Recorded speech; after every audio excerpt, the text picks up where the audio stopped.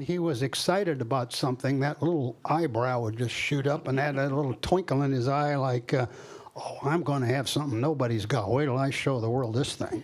Day in, day out, I would say he's kind of slightly serious, slightly agitated a little bit.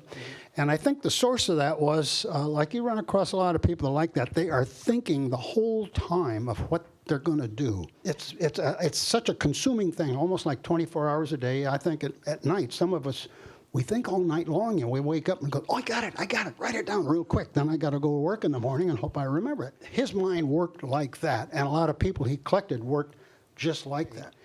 Walt also had another characteristic that was kind of fascinating and very natural.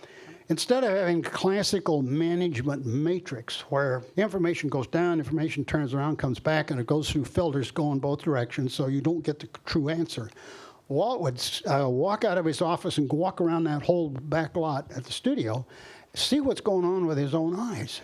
You won't be more than about 3 days out of whack before he'll notice you need to do something a little bit different.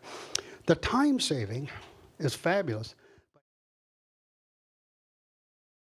But here's the other thing. He wouldn't chew you out. He'd actually look at something and he'd say, Bobby, did you ever think of... Oh, I didn't think of that one, Walt. Now you can't wait to share your new idea of his new idea that just happened 20 seconds before. That, to him, was natural, and people that would work there, it didn't take very long before that was their natural daily M.O. Walt did everything possible to make himself approachable. He'd unloosen his tie and make himself look kind of ratty so that he could have a conversation. And he would always point out to people, he says, well, you know, to get this stuff done, I have to talk to people, you know. Now you can have a critique, and the design is good or the design is bad or needs some work.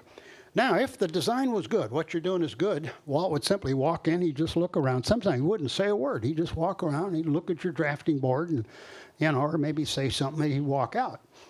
About 5 minutes later, the guy down the hall would come and run into the room and says, what is it you're doing? Walt just came in and said, you got to go see what Gurr's doing down there.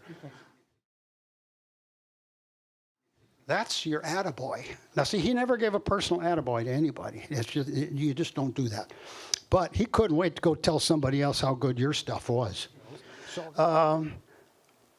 Spielberg and Wynn and Walt, they're very similar kind of guys to work with. They understood this thing of tight communication, not being driven by methodologies or procedures or protocols.